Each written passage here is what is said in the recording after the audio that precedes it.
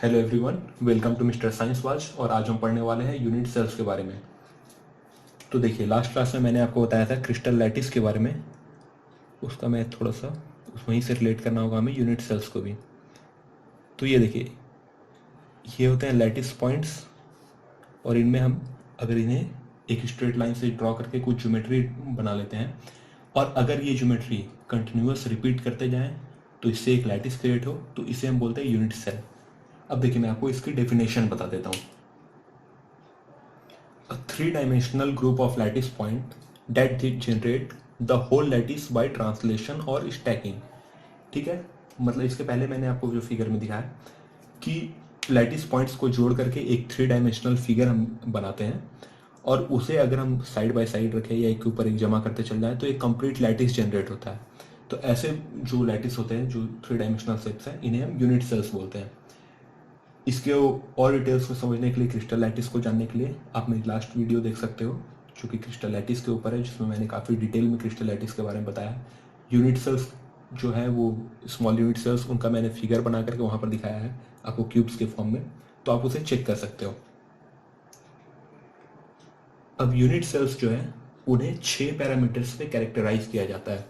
मतलब unit sales की सारी प्रॉपर्टीज़ को दिखाने के लिए 6 पैरामीटर्स होते हैं, जिनमें डायमेंशंस है ए बी सी और एंगल्स है अल्फा बीटा गामा।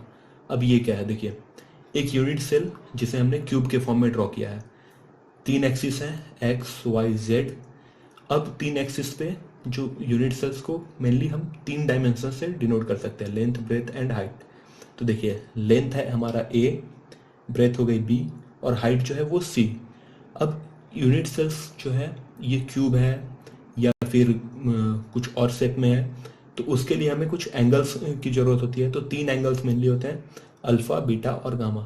ठीक है, मतलब साइड बी और ए के बीच में गामा, सी ए के बीच में बीटा और सी बी के बीच में अल्फ़ा।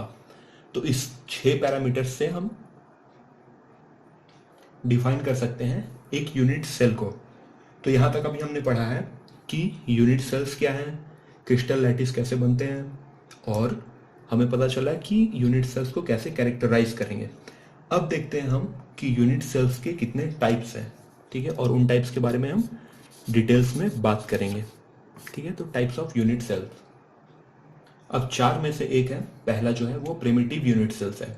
ये ऐसे यूनिट सेल्स हैं जिनमें लैटिस पॉइंट्स जो होते हैं वो होते हैं कॉर्नर्स पे, और इन्हें हम सिंपल यूनिट सेल्स भी कहते हैं।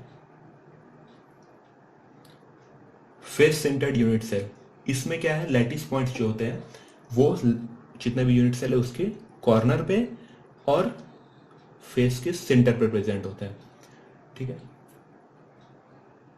बॉडी सेंटर्ड यूनिट सेल में लैटिस पॉइंट जो है वो 8 कॉर्नर पे और एक कंप्लीट लैटिस पॉइंट बॉडी के बीच में। अब देखिए, एक कंप्लीट बोलने का मतलब यहाँ पे है, कॉर्नर्स वाले जितने भी होते हैं उनमें 1/8, मतलब एक लैटिस पॉइंट का 1/8 आता है कॉर्नर पे, और बॉडी सेंटर जो होता है उसमें कंप्लीट एक यूनिट सेल आ जा, मतलब लैटिस पॉइंट जो है वो बॉडी में आ जाता है।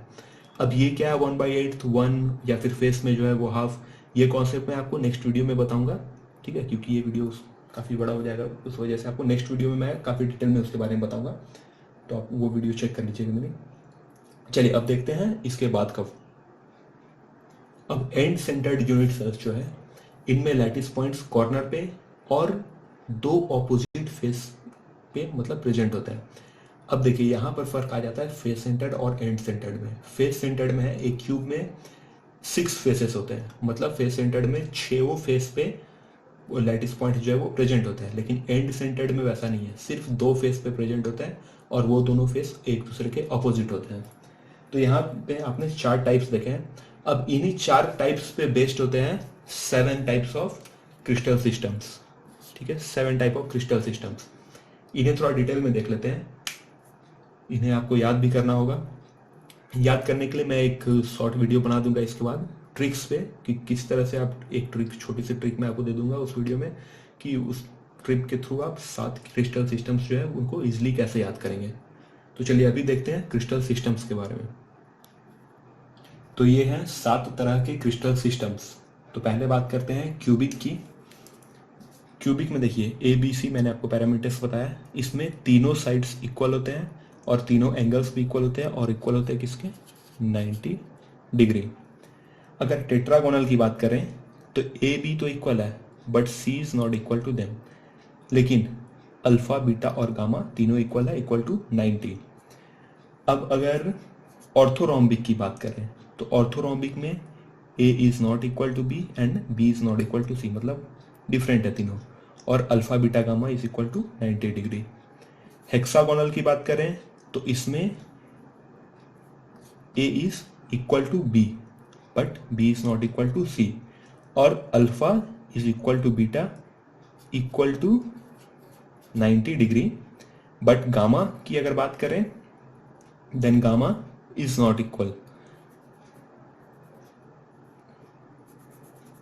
ठीक है, तो गामा यहां पर है 120 डिग्री। ठीक है, अब इसके बाद हम बात करते हैं रोम्बोहेड्रल। रोम्बोहेड्रल में क्या है कि a is equal to b and b is equal to c, मतलब तीनों साइड्स तो इक्वल है। Alpha is equal to beta, ठीक है,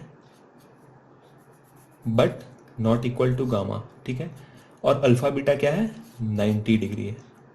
ठीक है, अब देखिए मोनोक्लिनिक की बात अगर करें तो मोनोक्लिनिक में side a is not equal to b and b is not equal to c. ठीक है, अल्फा और गामा, ठीक है, अल्फा और गामा जो है ये दोनों इक्वल है, equal to what 90 degree.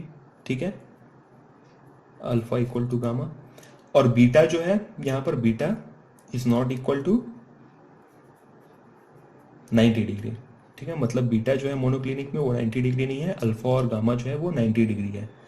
Try clinic में same a is not equal to b and b is not equal to c, और अल्फा बीटा गामा ये तीनों भी, ठीक है, alpha is not equal to beta, beta is not equal to gamma and all are not equal to 90 degree. बस इनमें से कोई भी एंगल एक दूसरे के इक्वल नहीं है और 90 डिग्री भी नहीं है। ठीक है, तो ये तो कुछ हो गए एग्जांपल्स यहाँ पर 7 क्रिस्टल सिस्टम्स के। तो उम्मीद करते हैं कि आपको इस वीडियो में सब कुछ अच्छे से समझ आया होगा, सारा नॉलेज आपको मिला होगा काफ़ी डिटेल्ड वे में। और इसके बाद मैंने जैसा आपको बताया कि इन 7 क्रिस्टल सिस्टम्स को समझने के लिए, याद करने के लिए मैं एक बहुत शॉर्ट एक वीडियो बनाऊंगा ट्रिक्स के ऊपर। अगर आप चाहें तो आप देख सकते हो उसको, अदरवाइज मैं तो सजेस्ट करूंगा कि आपको अगर ऐसे याद होता है तो बेटर है, अगर नहीं हो पा रहा है तो आप उस ट्रिक के थ्रू भी याद कर सकते हो। ठीक है, तो अगर वीडियो आपको अच्छा लगा तो आप इसे लाइक करिए, शेयर करिए और चैनल को सब्सक्राइब कर लीजिए। Thank you.